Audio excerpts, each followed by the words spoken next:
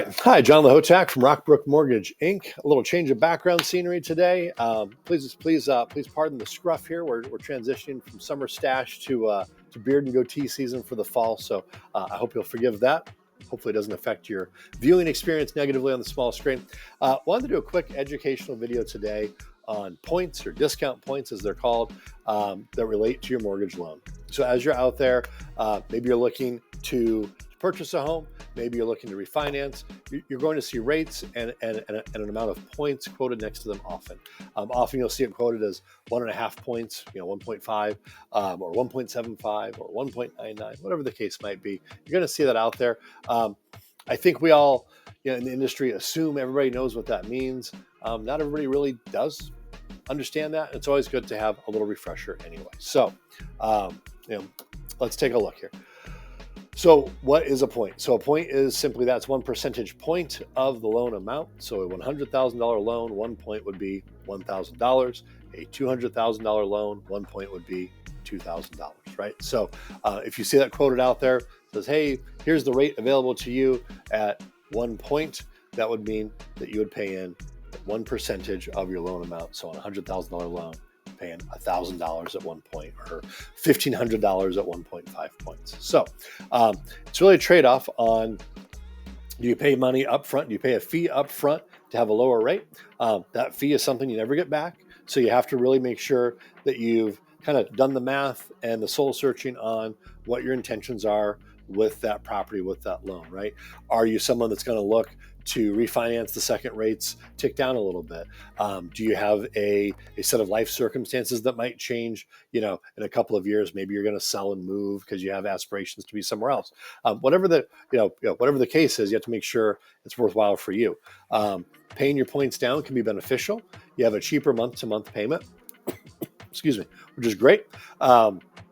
Less overall interest expense, which is great, but you've paid in to have that privilege up front, right? So really taking a look at where your break-evens are and where you think you're going to sit within that would be really helpful to examine up front.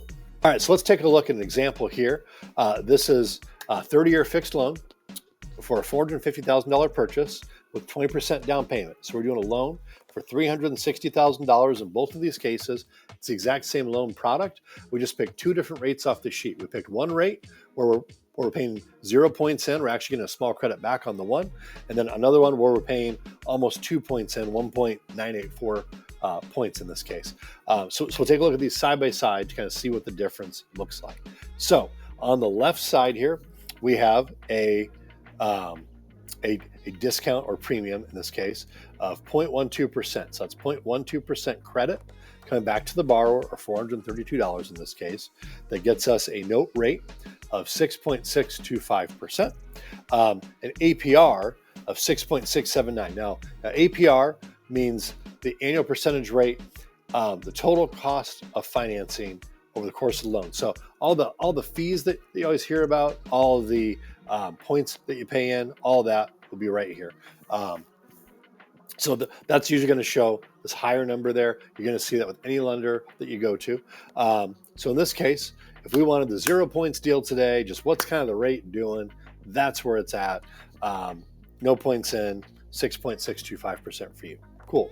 So say, hey, actually, I'm selling a home. We've got some equity. I can actually buy down that rate. We plan to be here for a while, right? I want to take my monthly payment down. Cool. So if you wanted to put in, let's just say in this case, a little over $7,000, 1.984 points or percent, $7,100, that would take your rate down to 5.875%. or an APR of 6.112. So 5.875% sounds a lot better than 6.625 if you're going to be there for a while. That's going to save you about $175 a month in your principal and interest payment between the two. That seems like it might be a reasonably good deal if you're going to stay there long enough to break even and benefit from it. So how do we know if we're going to break even and benefit from buying down points? That's the real question, right? So there's a couple of handy dandy calculators out there. NerdWallet has one that I think is really worth looking at. Let me scroll up here just to show you what we did. So went through the calculator, put in all the information. $360,000 loan, 30-year term, 6.625, 1.984 points being bought down, gets us to 5.875. Is it a good deal for me? according to NerdWallet and their math, they say, hey, you're going to break even in about 3.5 years. So that sounds okay if you're going to be there for a little bit, right? So they're saying, hey, look, got a $175 monthly difference in your payment. You got to pay in $7,000 up front, but overall, you're going to save money. You're going to break even in 3.4 years. Cool. Is that a good deal? I'm still not sure. I'm still on the fence. Okay, let's take a look at another calculator. You should verify your sources, right? There's another one out here from a company called dinkytown.net. dinkytown.net, because .com must have been taken. These are free calculators. There's no endorsement deal to or from these folks. It's just good. It's good quality stuff, and it has calculators for all different sorts of scenarios out there. So I did the same thing. I went and put in all the numbers here. They say, hey, over 10 years, you're going to save about $15,000 in interest. That sounds like a good deal. So if you're going to be there for 10 years, probably a good call for you. So let's take a look at what that looks like here. Now, what's kind of interesting, so we said most people either move or refinance or whatever within about 7 to 10 years, right? So what's interesting about this is the math really works out to where, as far as how much you owe at the end of 10 years, kind of works out about the same. So kind of interesting. So at the end of a 10-year cycle, a 30-year loan, you would owe, if you did the points, if you paid in the almost 2 points, you would owe $300,000, $300,256 on your loan. And the other scenario where you said, heck with it, I don't want to pay your points mortgage guy. I'll take the higher rate and deal with it. Well, in 10 years' time, you come out about the same, $300,070. So you actually come out a touch better on what's owed on the loan. Now, the reason is, in their calculation here in Dinkytown, they're coming at it with the standpoint of here. This graph kind of makes a nice representation of it.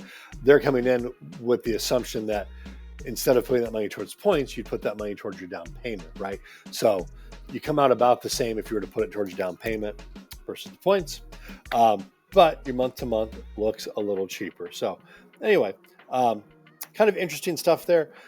Overall, if you can make that investment up front, break even in 3 years, at the end of 10, you've saved yourself 15 grand. Yeah, that seems okay.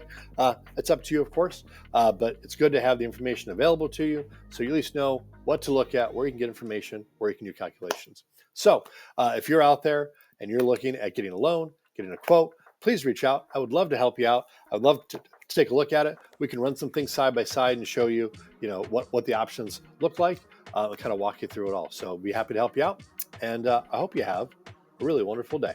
Thanks.